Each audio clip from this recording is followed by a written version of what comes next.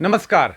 आज तक के डिजिटल प्लेटफॉर्म पर आप सभी का बहुत बहुत स्वागत है और आप सबको महाशिवरात्रि की हार्दिक बधाई और शुभकामनाएं। जैसा कि हम जानते हैं कि समूचा विश्व इस समय महाशिवरात्रि का महापर्व मना रहा है और ख़ास तौर पर अगर हम यहाँ जम्मू कश्मीर की बात करें तो कश्मीरी पंडित समुदाय के लिए इस पर्व का एक खासा महत्व रहता है।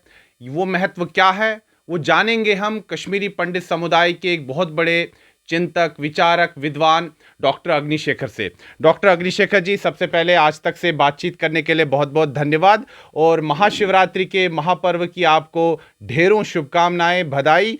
और इस पर्व को कश्मीरी पंडित समुदाय हर रात्रि या हेरत के नाम से जानता है। मुझे बताइए कि कश्मीरी पंडित समुदाय इसको बड़े ही धूमधाम से मनाता है और लगभग एक सप्ताह से अधिक अवधि तक इसको मनाया जाता है और जिस प्रकार से वटुकनाथ की पूजा होती है, इसके बारे में ज़रा मुझे बताइए कि इसका महत्व क्या है और ये पूजा पद्धति कब से चली आ रही है। आपका बहुत आभार। आप सबके माध्यम से आज तक के माध्यम से मैं देशवासियों को, विश्व के सभी शांति प्रिय लोगों को हेरत यानी हर रात्रि यानी शिवरात्रि या महाशिवरात्रि की बहुत बहुत बधाई देता हूँ।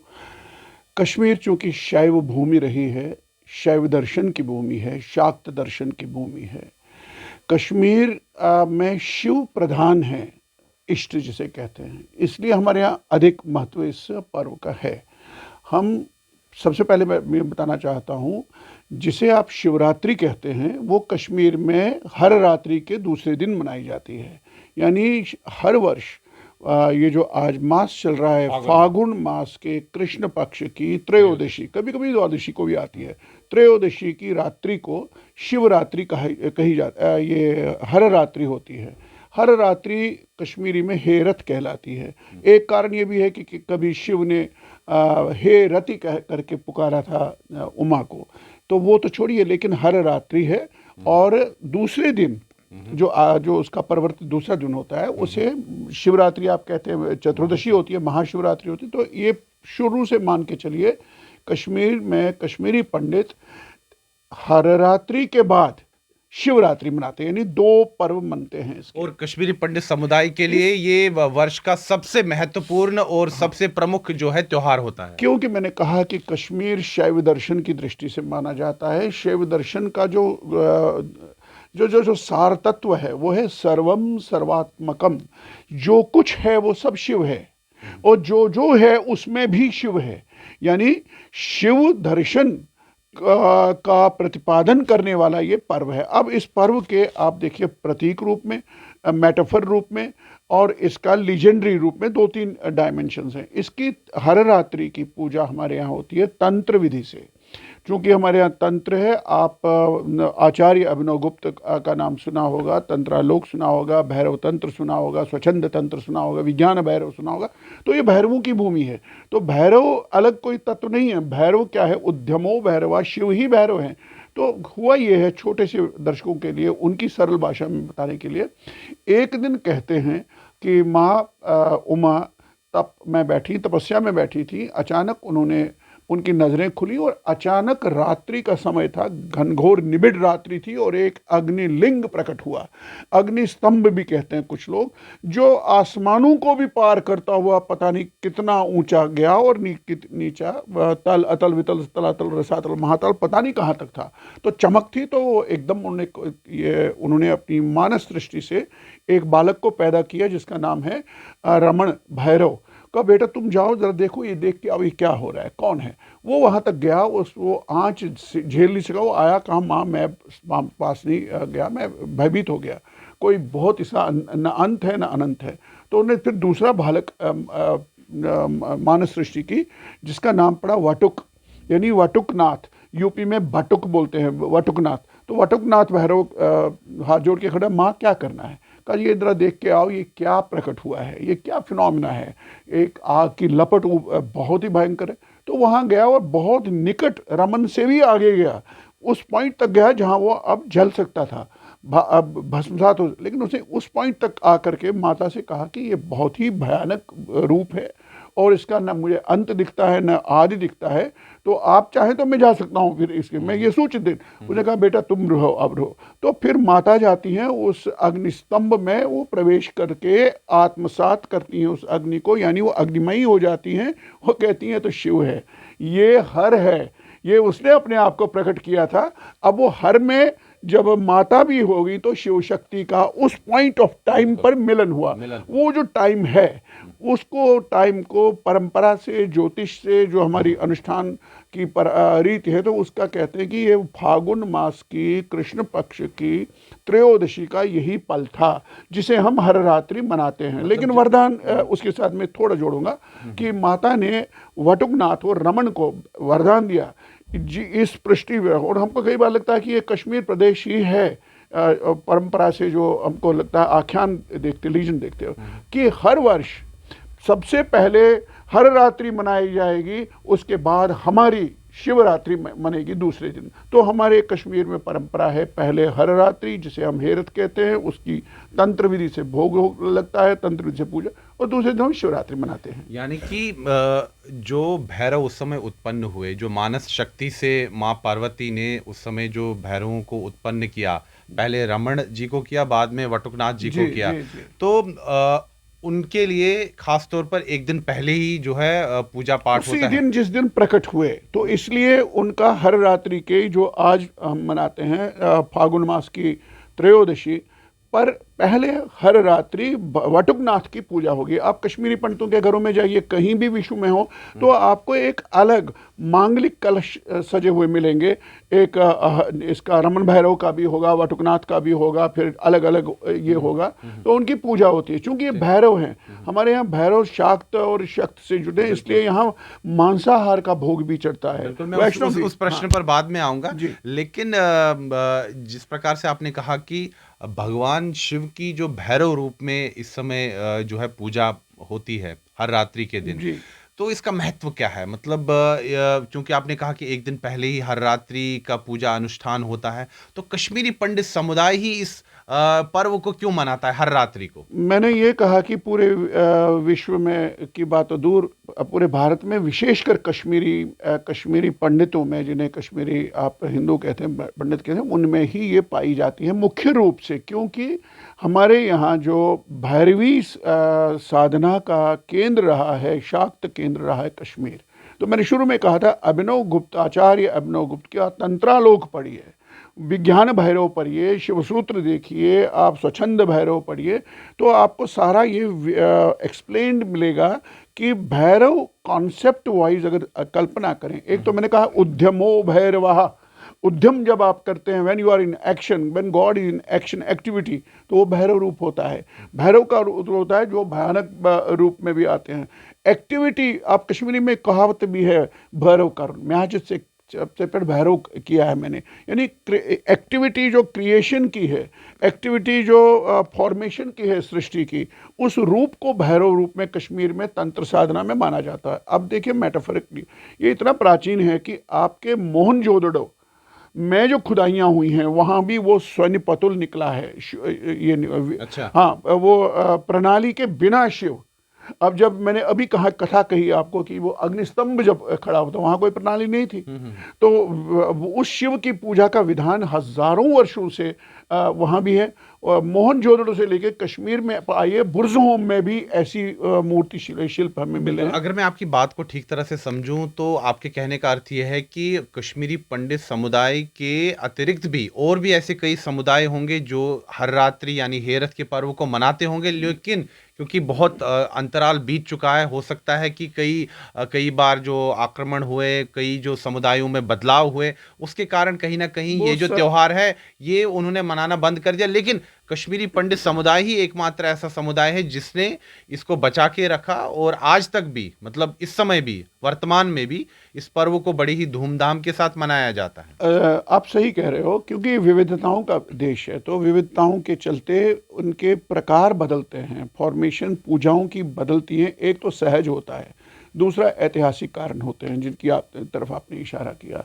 अब मुझे बताइए कि जब आक्रमणकारी विदेश तुर्की से चल के तुर्क आए, यूनान, ईरान, सब अरब से लेकर के तहस नहस कर गया कश्मीर, उस समय आप कैसे मनाते हैं इसको? तो उस दबाव के चलते आपकी रीति और काम का इसका विधि विधान बदल गया होगा, हम जानते हैं। लेकिन ये रीति मनाना हमारे यहाँ, आप सुनने वाले शायद हैरान होंगे, हमारे कश्मीरी पंडित घरों में वटुकनाथ की पूजा करना आज के दिन इतना महत्वपूर्ण है। अगर ईश्वर न करे किसी घर में मृत्यु भी हो जाए तो शव को दूसरे घर में रखते हैं, लेकिन ये पूजा पहले करनी होती है। इसका इतना महत्व है, पूजा अनुष्ठान को पूरा करना ही। और शिव देखिए ना, आपके जैसे पूरे शेष भारत में अर्थी के समय क्या कहा जाता है? राम नाम सत है। हमारे यहाँ क्या कहता है? शिव शिव शंभो श्री महादेव शंभो क्षंतव्यो में अपराधः शिव शिव शंभो। शिव मृत्यु पर भी, जन्म से पहले, जन्म से लेकर के जितने भी संस्कार आपके हैं उनमें शिव समय आपके साथ साथ है। शिव का एक सामाजिक रूप है। आपकी बहन आती है और ये 6-7 दिन का दिवस नहीं होता था, मतलब ये फागुन मास की प्रतिपदा से, कृष्ण पक्ष की पहली तिथि से पूरा अमावस्या तक 15 दिन का ये कौन मनाएगा, कौन मनाता है? आज भी मैं देशवासियों से कहें, किसी कश्मीरी पंडित घर में देखिए विधि विधान से क्रम के अनुसार, अगर 15 दिन नहीं, कम से कम 5, 8, 10 दिन तो चलता ही चलता है। मतलब जो आपने फागुन कृष्ण पक्ष की पहली तिथि का जो आपने वर्णन किया, यानी कि जिसको कश्मीरी में हार ओगदो कहते हैं, हार ओगदो कहते हैं, और अमावस्या को डूज मावस कहते हैं। उस दिन अखरोट रूपी जो प्रसाद है वो बंटता है और कलश नदी के किनारे जा करके उनमें विसर्जन किया जाता था। ये विधि विधान था। और भैरवों की पूजा इसलिए हमको सरलीकृत ढंग से, मतलब सरलीकरण अगर इसको कहा समझा जाए, कि कश्मीरी पंडित 2 त्योहार मनाते हैं आज। एक हररात्रि जिसे हेरत बोलते हैं, दूसरे दिन शिवरात्रि।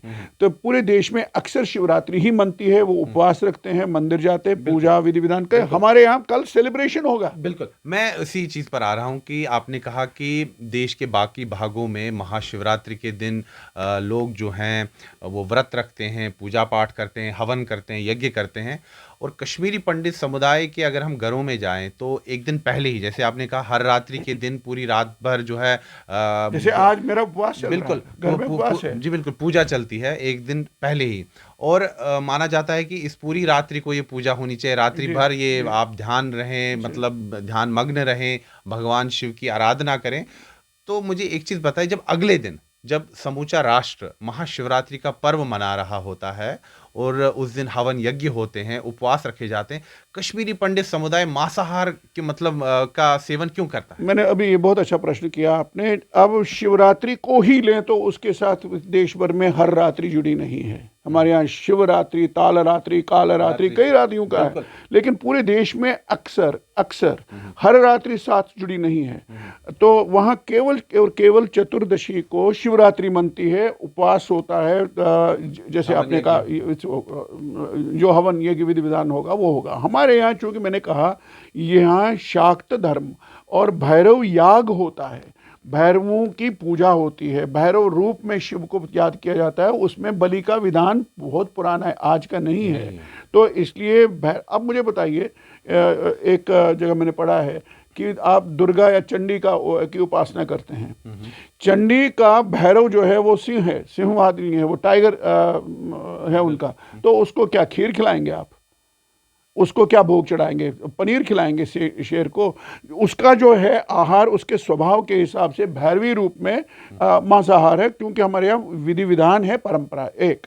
और जब ये घटना घटित हुई है, अग्निलिंग स्फोट हुआ है, पूरा प्रकटीकरण हुआ है, और जब ये आपको पता चला कि ये तो शिव ही हैं, तो ये आदि करता हैं, ये शिव को, सृष्टि को बनाने वाले हैं, शिव ही विस्तार है, शिव ही, मैंने कहा ना, सर्वम सर्वात्मकम, सब कुछ शिव है। तो ये जो रियलाइजेशन आप में आई, ज्ञान हुआ, तो इसकी खुशी में आप उत्सव मनाते हैं। दूसरे दिन उत्सव आपने ये जो ये आपने उपवास होता कर चुके हैं आप एक दिन, उस दिन आप खाना पीना खिलाना, ये उत्सव धर्मिता है इस शिवरात्रि। बाकी लोगों के लिए तो अनुष्ठान पूजा का, हमारे रीति रिवाज से हमारे यहाँ उत्सव धर्मिता है इस दिन। अच्छा डॉक्टर अग्निशेखर जी, मुझे एक चीज़ बताइए कि हालांकि थोड़ा सा मतलब ये प्रश्न जो है ये मतलब हर किसी का व्यक्तिगत निर्णय होता है। जैसे जी आजकल कई कश्मीरी पंडित समुदाय परिवारों में हमने देखा है कि वो अपनी रीति में थोड़ा परिवर्तन कर देते हैं। जैसे कि आपने कहा कि महाशिवरात्रि के दिन मांसाहार का सेवन होता है, वो उस दिन वैष्णव भोजन करते हैं और मांसाहार नहीं करते, रीति में बदलाव। क्या आपके अनुसार, जितना आप इस पूरी चीज़ को समझते हैं एक विद्वान होने के नाते, एक इतिहासकार होने के नाते, क्या वो सही कर रहे हैं? मुझे लगता है ये तो व्यक्तिगत निर्णय मैंने है कहा व्यक्तिगत, लेकिन फिर और भी उसके अलावा मैं आपको रीतियां कभी आंख मूंद कर नहीं बदलनी चाहिए। हमारे यहाँ क्यों, मैंने अभी कहा कि अगर घर में मृत्यु भी हो जाए आपको ये रीति निभानी ही निभानी, यानी रीति निभाने को इतना महत्व दिया गया है। और रीति में आपके पूर्वजों की, आपके इतिहास की एक सामूहिक सांस्कृतिक सभ्यतागत धार्मिक आध्यात्मिक समूह चेतना होती है। और रीति अचानक बदलना तर्क किए बिना ये हानिकारक सिद्ध होता है। ये आप किसी भी हमारे तंत्रों के उसमें दिए। और 1000 वर्ष से ज़्यादा पहले आचार्य अभिनवगुप्त का स्थानीय विश्व में आज तक कोई नहीं है। उनके यहाँ देखिए ना वो कितना महत्व देते हैं रीतियाँ निभाने को। और रीतियाँ अचानक नहीं बदलनी चाहिए, मुझे नहीं लगता वो ठीक कर रहे हैं। लेकिन आप लेकिन व्यक्तिगत, हर किसी का व्यक्तिगत निर्णय है, लोकतांत्रिक देश है। देश काल के अनुसार बदलती हुई हवा और परिस्थितियों के अनुसार आपको बदलना पड़ता है। आपके बच्चे विश्व भर में फैले वो कैसे करेंगे, वो जायज़ है। लेकिन कश्मीर के हिसाब में आपको मैं रीतियाँ बदलती रही हैं इसलिए कि वहाँ जो एक दबाव था, एक सांप्रदायिक दबाव आप पर था।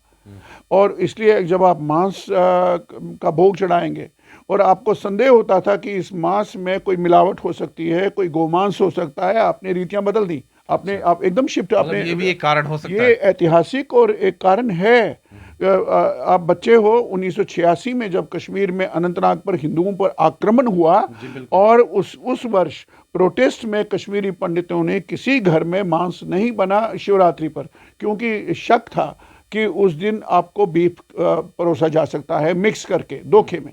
तो इसलिए कई बार ये ऐतिहासिक कारण भी होते हैं अगर मैं बदलने गलत के। नहीं हूँ, क्योंकि मैंने भी कहीं पढ़ा था कि जो पंडित प्रेमनाथ भट्ट साहब हैं, जी वो हर गांव में गए और उन्होंने हर कश्मीरी पंडित परिवार से अपील की कि महाशिवरात्रि के दिन वो मतलब मांस का सेवन ना करे, उसकी जगह वैष्णव भोजन का सेवन करे। क्या मैं सही हूँ? ये सही कह रहे हैं। मैंने कहा कि ऐतिहासिक दबाव जो समाज पर आते हैं, कई कई बार राजनीतिक दबाव होते हैं। मैंने सांप्रदायिक सीधे सीधे कहा दबाव था और उसके प्रोटेस्ट में आप कर कह सकते थे। आपने ये कहा मतलब कि उसमें फिर रीति बदल दी गई। ये रीति ही बदल गई। तो रीतियां बदलने के पीछे भी एक इतिहास है। लेकिन रीति को आप ऐसे भी देखें कि ये जो रीतियां हैं, अनुष्ठान हैं, इनका केवल धार्मिक पक्ष ही नहीं होता है, इनका एक ऐतिहासिक पक्ष ये होता है कि मान लीजिए कि आप जानते नहीं है कि आप क्या कर रहे हैं। ये वाटुकनाथ, ये कलश क्यों भर रहे हैं, इनका सिंबॉलिक, इनका दार्शनिक, इनका आध्यात्मिक पक्ष क्या है, अब नहीं जानते हैं। इनका रूपक क्या है नहीं जानते हैं, मेटाफोरिकली क्या है नहीं जानते हैं। तो लेकिन आप मनाते हैं और इस मनाने के क्रम में आप एक परंपरा को जीवित रखते हैं। ये इसका इतिहास है। अगर आप आज कश्मीरी पंडित हैं तो आपके माता पिता, दादा दादी, नाना नानी जो आपके हैं, उन्होंने ये रीति निभाई है, तब जाकर के आप सुनील हो उस दृष्टि से। तो इसलिए इसका एक ऐतिहासिक महत्व भी है। अच्छा डॉक्टर अग्निशेखर जी, मतलब हमने भी देखा है, सुना है कि कहा जाता है कि ये हर रात्रि की जो पूजा है, जो आराधना है, ये रात्रि में होनी चाहिए और रात्रि भर होनी चाहिए। लेकिन आजकल हम देखते हैं कि कई परिवारों में मतलब संध्या काल से पहले ही ये पूजा शुरू हो जाती है और लगभग शाम के 8 बजे तक ये पूजा समाप्त भी हो जाती है। क्या ये सही है? ये अगर शास्त्रों के अनुसार चलना है तो शास्त्रों के अनुसार ही आप तय करेंगे सही है या गलत है। लेकिन ये नाम रात्रि है, दिवस नहीं है। ये होली का नहीं है, ये लोहड़ी नहीं है, ये शिवरात्रि या हर रात्रि है। मतलब ये रात्रि दिन है। में मनाया जाने वाला त्योहार नहीं है, रात्रि में दिन मनाने में आप प्रारंभ कर सकते हैं शुरू, और अंत इसका पर्यवसान होगा रात्रि के उस पॉइंट पर जब शिव और शक्ति का मिलन हुआ। जो मैंने अभी आपको कहा, हर के साथ जब उमा मिली, और उस पॉइंट ऑफ टाइम, उस मुहूर्त को हर रात्रि का वो कहते हैं। अब देखिए, अब जन सामान्य तक यही बातें, गूढ़ बातें कई रूपों में आती हैं। अब इसका एक रूपक बन गया उस दिन जी शिव और पार्वती का विवाह भी हुआ जी है। बिल्कुल, ऐसी मतलब तो हमने भी हाँ, कहीं जगह पढ़ा है कि महाशिवरात्रि हाँ, के दिन भगवान हाँ। भोलेनाथ का विवाह माँ पार्वती से हुआ था। उसके अब बारे में ज़रा अब बताइए। क्या ये नहीं हो सकता है कि जिस दिन शिव और पार्वती का विवाह हुआ वो हर रात्रि का ही दिन था? तो हर रात्रि उनसे पहले से थी, कि उनके पूर्व रूप में थी। तो एक कारण ये हो सकता है कि संयोगवश उसी व्यक्ति हुआ। दूसरा, इसका एक दार्शनिक और एक पोएटिक, एक प्रतीकात्मक, एक रूपक रूप है कि पार्वती या उमा, इनका विवाह होना है इस दिन। इसलिए वो जो मैंने कहा 15 दिन का ये क्रम चलता है। जैसे आपके यहाँ बेटी की शादी हो, मेरी बेटी की बहन की शादी, तो उसमें 10-15 दिन आपके क्रमानुसार लिपाई पुताई, फिर कार्ड छापो, कार्ड बांटो, फिर आपके यहाँ वर पक्ष से एक उनका पुरोहित आता है, वो संदेशा देने के लिए कि इस दिन मुहूर्त है, इतने बाराती आएंगे, आप क्या खिलाएंगे, हम क्या लाएंगे, ऐसा होता है ना। तो वो दिन भी तय है हमारे यहाँ। हमारे यहाँ आपको जो वागुर भैरव होता है और उसको द्वादशी के दिन उसका आगमन हमारे यहाँ बहुत बाज़ाब्ता माना जाता है। वो आपको सूचित करने आता है या सूचना देने आता है। तो एक मेटाफर चलता है विवाह का। दूसरा इसका विवाह है कि आपने फिर विदा किया, फिर वो दरिया और वहाँ से विसर्जन के बाद, नदी के विसर्जन के बाद आती हैं कलश लेके। ये इसके सामाजिक और ग्राहसिक हैं। आपने कलश का यहाँ पर वर्णन किया। इसमें हम पूजा में अखरोटों का प्रयोग करते हैं। जो भी हम कलश रखते हैं उसमें अखरोट रखे जाते हैं। मतलब जितना ये मैंने हमारे गुरुजी कहते थे, डॉक्टर त्रिलोकीनाथ गुंजू, जिनका मैं स्टूडेंट हूँ। वो महान भाषा वैज्ञानिक थे, भारत विद इंडोलॉजिस्ट थे। उन्होंने कहा, एक तो ये कहते हैं कि प्रतीक रूप में, चार वेदों का प्रतीक होते वो हैं। तो कॉमन है, एक 4 वेद इसके गिरियां हैं, तो इसलिए 4 वेद हैं। लेकिन उनने एक और दिया है कि आप अखरोट को लीजिए, अखरोट 2 हिस्सों का जोड़ है। जोड़ है बिल्कुल। वो 2 हिस्से क्या हैं? वो शिव और पार्वती हैं। वो हर और उमा हैं। वो इस तरह मिले हुए हैं, तो आप उस संयुक्ति को उसमें भोग के रूप में, पूजा के रूप में, उसकी शिव और पार्वती की पूजा के रूप में आप अखरोट डालते हैं। ठीक है। डॉक्टर अग्निशेखर जी, इसी से जुड़ी हुई एक और बात है, क्योंकि हम अखरोट की यहाँ बात करें। कहा जाता है कि मतलब जैसे कश्मीरी पंडित परिवारों में कोई भी धार्मिक अनुष्ठान होता है, शुभ कार्य होता है, तो अखरोट का प्रयोग अवश्य होता है। जबकि अगर हम देश के बाकी भागों में देखें तो नारियल को प्रयोग में लाया जाता है। क्या इसका क्या कारण है? ये भौगोलिक है कि जहाँ नारियल की प्रधानता है वहाँ नारियल शुभ है। यहाँ अखरोटों की प्रधानता क्यों? मैंने अभी सिंबॉलिक इसका अर्थ दिया। तो बादाम नहीं है, हमने हमने बादाम को नहीं चुना क्योंकि बादाम के अंदर एक गिरी है। लेकिन यहाँ शिव और पार्वती संयुक्त रूप से, ललित के शब्दों में कहूँ, मैं मन की बगिया में जब किया प्रवेश, देखा शिव से संयुक्त शक्ति को, और मैं उसी वेला हुई लीन उसमें।